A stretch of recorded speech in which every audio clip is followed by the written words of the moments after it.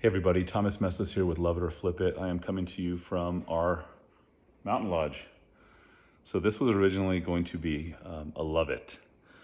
And through the process, we bought this house and it just was an amazing property. It sits on 2 acres. It's about 20 minutes outside of the city, so it doesn't take very much time to get out here. It goes up to the ski area. So the ski area is about 10 miles up the road, up the mountain, actually probably a little bit less than that. And it's just a great location. It's got tall pines. It sits at 7,300 feet elevation, and that's what's really cool about it. It's just a really great layout. It's 6,000 square feet. It's massive, as you can see in here. It's got these big timbers, and we wanted to make it really lodgy style. So we ended up buying this, and through the process, I was like, oh, I'm going to keep this. I'm going to keep this, and then at the end of the day, you start thinking like, I can't keep everything.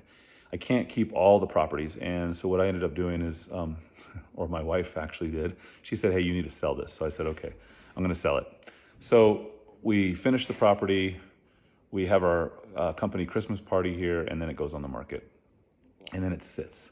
So for the last 7 months, not a single showing, not a single person came to look at this house. And I was like, wow, this is such a great property. It shows well on the MLS, it shows in the pictures, everything like nice. But nothing, no activity whatsoever. So I finally make the decision, okay, well, I guess we're gonna take it off the MLS. We're gonna work on refinancing it through a DHCR, debt service coverage rate, DSCR, I said that wrong, DSCR loan, so debt service coverage ratio loan. We're gonna refinance it, pull some equity out, but refinance it so we have permanent financing on it. So pull our cash back out, do all that. So that's kind of the plan now, but here's the problem, is the market shifted. Interest rates are super high, but we could still make it work. But the problem is are we gonna get the appraised value? So with that said, there's a special loan through a DSCR, but it's gonna be for short-term rentals, Airbnbs type things. So now we're in the process of furnishing it, as you can see. And I showed other videos where we're actually putting everything together. So everything's kind of just in a mess right now, but we're getting set up. It's gonna be beautiful. But once we get that done, and now we'll qualify for financing through an Airbnb, a DSCR loan type program. So now we've got that going, we're working on that. But at the same time, I'm working on the property to get the outside done, because what I want to do is I want to turn it into an event center, or an event rental, or an event center that we can rent out to small weddings, family lock-ins, church lock-ins, family reunions, things like that. So that's kind of where we're at. So that's the idea of this property now. But yeah, so when I give you advice about buying a house, don't fall in love with them. I find myself doing that a lot. And then either you overinvest in the property, or you just hold on to it, or you just kind of romanticize about it because it's going to be something that you want to keep. And you can't keep them all. But in this one, it's kind of like one of those things that the property just came back. So we're going to keep it now at this point until we can refinance and pay off all the stuff that we have on this one. So hopefully before it's too late, right? Before we spend all our money on this. So every month it's a big chunk, and we want to get that reduced a little bit. So holding costs, those are some of the things. So if I give you any advice right now, the advice is don't fall in love with the property. Stay within your budget. One of the things I did is with that railing here, that was completely out of the budget because that was completely custom, but it looks so good now. So I love it, but that railing cost me probably, I would say, $8,000 more than I needed to spend on this property at the time, but it did make it nice. So with that said, I'd love to hear your comments on what you think. Mountain properties are amazing, especially stuff like this with big timber, just old. This house was built in the 1960s. So it's really solid, but it's also really old. So we had to update everything on it. So it just cost a lot of money to do that. So, but that's the big thing, is investments are just that. They're investments, and sometimes they work and sometimes they don't. So don't take risk unless you can. No risk, no reward. Remember that. So if you decide you want to risk it all, you might lose it all.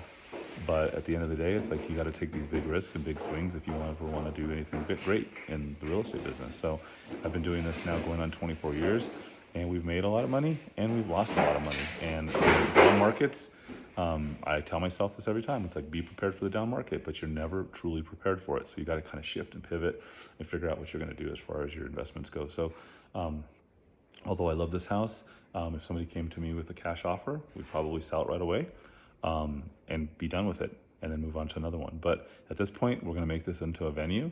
And now I got to figure out, how am I going to get the marketing together? How am I going to do all that stuff? How am I going to get brides up here to want to see this? How am I going to get ready for the brides? So that's the new level of stuff that I'm working on. So we've got kind of a honeymoon suite that we're building. We're building out an area for the outdoor wedding section. Up on top of the mesa, there's kind of a mesa that goes up, and it's just nice and level and flat, and that'll be perfect for a wedding. Beautiful views of the valley and the mountains, everything around you. So that's a great place. And then having things here so that people can do that. So we're going to have to, get some smaller tents. So if there's weather that changes, they're not going to be drenched in weather. Air conditioning, evaporative cooling for outside, possibly patio heaters that we store here, propane filled. We have a huge tank on property, so we have to figure out how to get that retrofitted so we can fill propane tanks on site, so that we don't have to keep running to stores and getting propane tanks when you have propane issues. Making sure that we have firewood, making sure that the insurance is right, making sure that all the wood and timbers around the property are cut back, to make sure that the insurance doesn't get canceled. So lots of things to think about when you have a mountain property. So, and then of course the sleepless nights when you're like, what the hell did I do? So with that said, hopefully some of this information was insightful. Maybe it'll help you in the future. If you'd like to subscribe to the channel, you can. We post videos of all the different projects that we're doing. We do a lot of different projects, and it's just a lot of fun doing this. So if you want to follow along and check out our journey on all the different projects that we have, then stick it out and follow through. So we'll see you guys soon, and hopefully that you guys subscribe and like what we do. Comment, tell me what content you want. Like I said, we flip a lot of houses. Right now we have about 6 going at the moment. That's a lot for a small guy, just an individual. But last year we did 30 plus houses. So lots of projects always. So anyway, all right, we'll see you later. Have a great one.